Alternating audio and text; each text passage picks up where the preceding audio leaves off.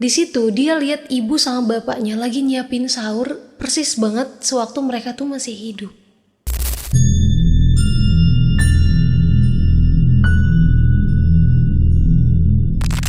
Halo guys, gimana puasanya? Udah bolong apa belum? BTW di Bekasi musim hujan nih. Di daerah kalian musim hujan juga? Jangan main hujan-hujanan ya. Hujan-hujanan gitu bilangnya mau beli takjil tapi mangat. Nada. Lumayan ganjel pakai air hujan. Jangan ya, adegan berbahaya itu. Oke, di Latis ke-6 ini aku mau ceritain laporan mistis dari teman kita. Ini aku spoilerin dikit ya. Ceritanya tuh sedih banget sih. Jadi mendingan kalian siapin tisu juga nih. Dan pas banget dia ngirimin cerita ini emang latar waktunya tuh lagi bulan Ramadan. Karena katanya kejadiannya ini itu Ramadan tahun lalu. Oke, langsung aja masuk ke ceritanya.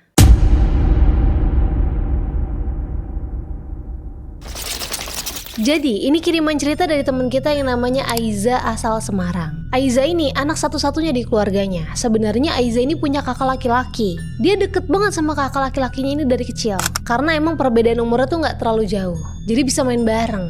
Tapi kakaknya ini sakit ginjal dan harus kehilangan nyawa di umurnya yang ke-16 tahun. Waktu itu Aiza sedih banget.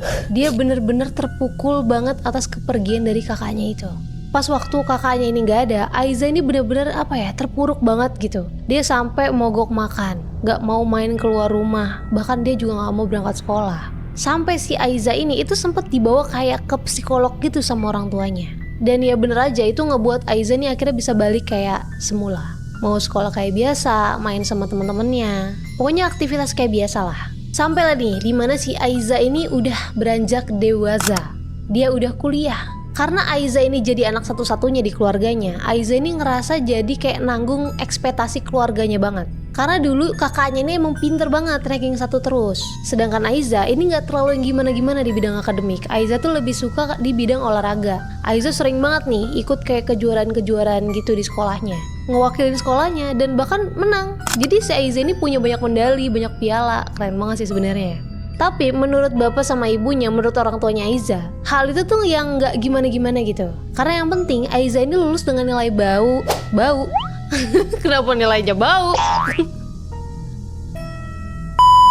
Karena yang penting Aiza ini bisa lulus dengan nilai yang bagus, dengan IPK yang bagus. Biar nanti nyari kerja tuh gampang. Pemikiran orang tuanya kayak gitu. Nggak salah. Nggak sekali juga si Aiza ini disuruh berhenti buat kayak kesibukan olahraganya tuh berhenti aja lah, nggak penting kata orang tuanya gitu. Disuruh buat fokus belajar aja. Sering banget nih Aiza dengar dari mulut bapaknya bilang gini, "Gede mau jadi apa kamu kalau kayak gini terus?" Sedih sih sebenarnya. Padahal dulu pas kakaknya Aiza ini masih ada, orang tuanya itu ke Aiza nggak kayak gitu. Mungkin karena ada backupan dari kakaknya ya.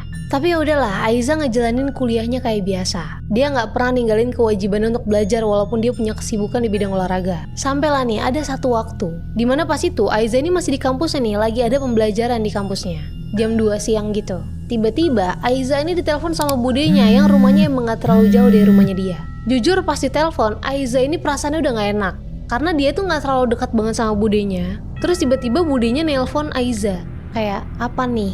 Telepon dari budenya ini gak keangkat karena kan Aiza lagi ada pembelajaran ya. Terus budenya ini ngechat. Isi chatnya tuh gini, "Aiza pulang sekarang ya Nduk." Kan si Aiza ini mau positive thinking juga agak susah. Karena kayak kenapa kok tiba-tiba disuruh pulang. Ditemenin lah tuh pulang ke rumahnya sama satu temennya si Aiza. Naik motor, Aiza tuh yang bawa motornya. Dan bener aja guys, sesuai sama dugaan kita juga. Sampai di gang rumahnya Aiza lihat di depan rumahnya itu udah rame dan ada bendera kuning. Pas Aiza lihat itu di ujung gang, dia bener-bener langsung berhentiin motornya, dia jatuh dari motor, langsung lemes. Karena siapa lagi? Kan Aiza tinggal sendiri sama orang tuanya doang ya. Di situ orang-orang yang lagi ada depan rumahnya Aiza itu bantuin Aiza bangun dan dituntun lah sama temennya juga tuh buat masuk ke rumahnya. Pas masuk ke rumahnya, Aiza lihat ada 2 jenazah yang ditutup kain. 2. Di situ Aiza benar-benar udah gak bisa nangis, dia pingsan berkali-kali bahkan. Di situ juga langsung Aiza diceritain kalau hari itu tadi pagi tepatnya bapaknya ini kecelakaan dan meninggal dunia di tempat gitulah. Pas dibawa ke rumah sakit udah gak ada, katanya ada pendarahan di bagian dalam. Pas kabar itu nyampe ke ibunya jantungan, jatuh, meninggal juga. Innalillahi wa inna ilaihi raji'un. Ya Allah, Aiza dengar itu pingsan lagi. Dipeluklah di situ sama temennya. Dilihat kondisi bapaknya nih sebenarnya nggak yang gimana-gimana gitu walaupun kecelakaan ya. Paling cuma kayak luka-luka ringan kayak lecet gitu-gitu doang. Jadi nggak kelihatan gitu. Tapi ternyata ya ada pendarahan di bagian dalam ya. Sama budenya Aiza dikuatin banget. Karena emang beneran sedrop itu gitu Aiza ya. Aduh nggak kebayang juga sih langsung dua-duanya. Berarti kan dia tinggal sendirian tuh.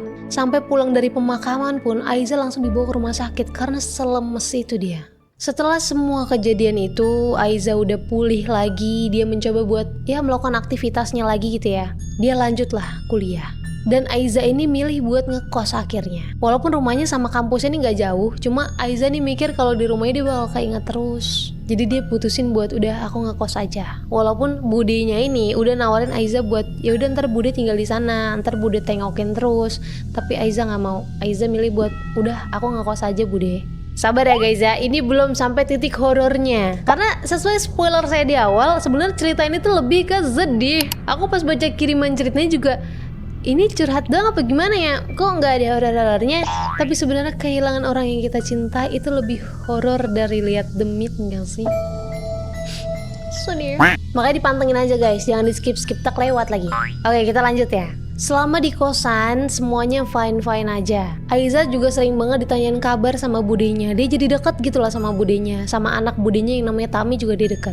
Sampailah di bulan Ramadan. Budenya ini ngechat Aiza bilang gini, Aiza rumah ditengokin, takutnya ada yang rusak atau gimana. Nanti kalau mau pulang, bude bantu buat beres-beres, bebersih dibantuin sama bude.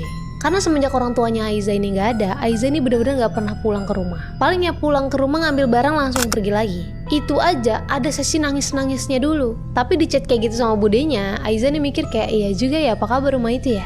Di situ Aiza nguatin hati, orang tuanya gak ada juga udah kurang lebih tuh hampir 1 tahun. Dia yakin dia udah jauh lebih kuat dari sebelumnya. Walau ya pasti tetap sedih sih. Pulanglah nih si Aiza buat ngecek rumahnya.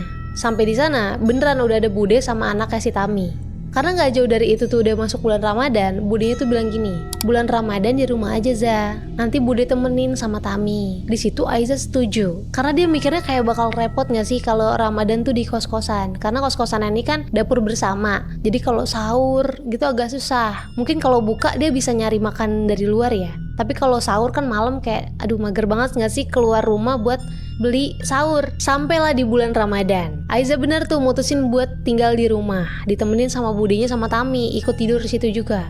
FYI, semenjak orang tuanya Aiza ini gak ada, Aiza kan udah gak pernah pulang ke rumah tuh. Karena dia takut kepikiran gitu. Aiza juga gak pernah nengokin ke makam kedua orang tuanya. Ya terakhir kali Aiza ke makam orang tuanya ya pas makam ini tuh udah gak pernah kesana lagi. Karena Aiza mikirnya dia mau nyembuhin diri dia dulu gitu. Sampai budenya ini sempet nanya ke Aiza, Zah gak ziarah ke makam ibu mau bulan Ramadan? Kemarin bude udah kesana, udah bude bersihin sama Tami kemarin. Kalau kamu mau kesana nanti bude temenin. Di situ jujur Aiza ragu. Tapi sebenarnya dia ada keinginan gitu untuk kesana, tapi dia ragu karena dia masih ngerasa aduh gue pulang ke rumah aja rasanya masih suka keinget gitu, masih suka sedih. Karena dia mikir tuh kalau kita terus nangisin orang yang udah gak ada, nanti kan memberatkan yang di sana juga. Jadi gimana pun caranya dia berusaha buat gak nangis gitu.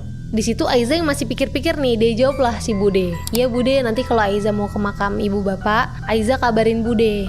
Udah tuh kan, sampai pertengahan Ramadan, Aiza tetap di rumah tuh sama bude sama si Tami. Di situ Aiza nih ngerasa kayak kok aku kayak ngerepotin bude gitu. Akhirnya Aiza bilang gini, bude Aiza gak apa-apa kok di rumah sendiri. Bisa kok Aiza, bude sama Tami kalau mau pulang ke rumah gak apa-apa, Aiza bisa sendiri di rumah. Sebenarnya bude sama Tami di situ tuh nggak ngerasa keberatan tuh gimana ya, karena budenya ini emang janda dan punya anak cuma satu si Tami. Jadi emang di rumah nggak ada siapa-siapa, sama aja gitu keluarganya diboyong juga ke rumahnya si Aiza. Tapi di situ si bude ini ngerasa mungkin si Aiza butuh waktu sendiri gitu, nggak nyaman kali kalau ada bude sama si Tami terus yang ke situ. Akhirnya bude sama Tami ngeiyain. Hari itu bude sama Tami nggak sahur di rumahnya Aiza. Aiza sendirian nih. Malam itu Aiza kebangun nih buat sahur, tapi bukan kebangun karena alarm yang dia udah set. Tapi Aiza dengar ada ketukan pintu di kamarnya. Aiza mikir, loh bude udah dibilang gak usah kesini, tapi tetap kesini ternyata bangunin Aiza sahur. Karena budenya ini megang kunci rumahnya dia juga. Dengar ketokan itu, Aiza dari dalam kamar ini bilang, "Loh, Bude kesini lagi?" Sambil bangun tuh Aiza. Pas Aiza buka pintu,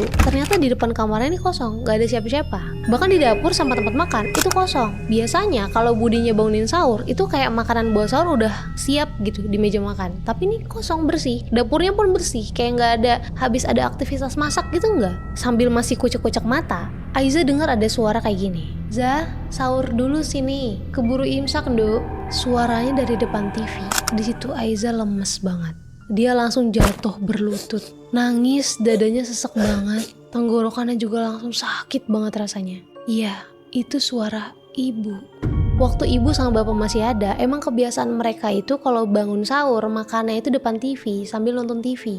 Di situ jujur Aisyah cuma ngerasain sedih sampai dadanya sesek. Dia nggak ada rasa takut atau gimana-gimana, enggak. Dia nguatin diri, dia bangun, dia jalan ke depan TV. Di situ Aiza lihat ada ibu sama bapaknya. Bapaknya lagi duduk di sofa sambil megang remote TV, dan ibunya lagi nyidukin lauk ke piring yang emang udah ada nasinya. Persis sama kebiasaan pas sahur mereka bertiga. Aiza masih terpaku berdiri sambil ngeliatin. "Sini Za, ini ada bakwan kesukaan kamu loh. Sama ayam kecap, ini sisa lauk buka kemarin. Ibu angetin, masih enak ini." Aiza bener-bener gak bisa ngomong apa-apa, tenggorokannya sakit banget. Rasanya panas gitu. Dia cuma bisa nangis sambil megangin dadanya. Di situ ibunya nengok, "Aiza, sini, mumpung masih hangat ini loh. Oh ya, jangan lupa bantuin ibu ngambil air mineral itu di kulkas ya." Aiza bener-bener kayak ngeliat memori sama ibu bapaknya pas mereka lagi sahur, itu persis banget. Bahkan perawakan ibu sama bapaknya itu gak beda, persis. Gak serem apa gimana, enggak. Persis kayak ibu sama bapaknya waktu mereka masih hidup. Di situ Aiza yang masih berdiri megangin dadanya cuma bisa bilang, "Bu." Di situ ibunya nengok dan bapaknya juga nengok. Di situ Aiza dengar bapaknya bilang gini, "Aiza jangan marah lagi ya sama bapak sama ibu. Kita sayang banget sama Aiza. Jangan lupa ya Nduk, doain bapak sama ibu. Main ke rumah ibu bapak. Aiza anak pinter, bapak bangga banget sama Aiza." Di situ Aiza jatuh, nangis. Nangisnya Aiza makin menjadi. Karena itu, ini sedih banget sih guys. Sedih banget. Itu kata-kata yang selalu Aiza tunggu-tunggu dari mulut bapaknya sewaktu masih ada. Karena emang bapaknya ini cukup dingin gitu sama Aiza, gak terlalu dekat. Aiza tuh lebih dekat sama ibunya. Gak lama dari itu Aiza dengar ada ketokan pintu dan suara pintu kebuka. Dia coba lap air matanya dan dia lihat ada Bude sama tetangga sebelahnya dia masuk gitu ke rumahnya. "Aiza, kenapa sayang?" kata budenya. Di situ Aiza coba ngelap matanya biar nggak ngeblur gitu pandangannya. Dia lihat ibu sama bapaknya depan TV itu udah nggak ada. Mereka semua langsung meluk Aiza. Aiza ceritain kayak, "Tadi ada ibu sama bapak, tadi ada bapak sama ibu di situ," gitu-gitu. Cuma langsung dipeluk lah sama Bude sama Tami. Setelah Aiza tenang, Aiza coba ceritain semuanya. Aiza juga ceritain nih, kalau semenjak ibu sama bapaknya nggak ada, Aiza nih jadi jarang banget sholat. Dia nggak pernah sama sekali doain bapak sama ibunya. Aiza tuh bener-bener kayak mau nguatin diri dia dulu gitu, biar nggak nangis terus. Karena emang semenjak bapak sama ibunya nggak ada, Aiza nih sering bolak-balik rumah sakit karena ngedrop. Jadi dia bener-bener kayak mau nyembuhin diri dia dulu, baru kayak ke makam bapaknya, pulang ke rumahnya, doain mereka berdua gitu. Niatnya dia. Kata Aiza tuh jangankan untuk berdoa atau ke makam gitu ya, buat hidup normal kayak biasa itu susah banget. Di situ budenya bilang, ya kayak ngasih wejangan gitulah. Kayak Aiza tuh nggak boleh sedih terus. Mereka berat nanti di sana. Ikhlas ya Dok. Nanti kan ketemu lagi di sana. Sekarang yang bapak sama ibu butuhin itu doa dari Aiza. Kasihan mereka Za. Di situ Aiza mulai bisa untuk melepaskan semua rasa sedihnya, rasa bersalahnya dia. Paginya Aiza langsung pergi ke makam orang tuanya, ditemenin sama Bude. Aiza di situ bingung karena Aiza di situ nggak nangis. Dia bahkan ngerasa happy, ngerasa lebih plong gitu. Dan setelah kejadian itu, Aiza udah nggak pernah lagi tuh lihat kayak ada penampakan ibunya atau bapaknya gitu, nggak ada. Paling ya cuma mimpiin doang lah. Dan itu mimpinya mimpi happy gitu, kayak mereka kumpul lagi gitu-gitu. Duh, kata gue mending didemitan yang serem-serem aja gitu ketimbang yang mengandung bawang begini. Aduh, kalian kalau mau ngirim laporan mistis yang teror horor aja guys kalian, jangan yang bikin nangis begini, kan galau ini. Tapi kita doain aja semoga bapak sama ibunya Aiza tenang dan diterima semua amal ibadahnya, amin. Buat Aiza juga semoga diberikan keikhlasan, ketabahan, dan kebahagiaan. Amin. Segitu aja guys cerita dari Aiza. Terima kasih Aiza untuk ceritanya yang Jangan lupa like, komen, dan share video ini. Dan jangan lupa buat subscribe channel ini. Nah, buat kalian yang mau ngirim laporan mistis juga, kalian bisa kirimin ke email ini guys. See you the next video guys. Bye-bye.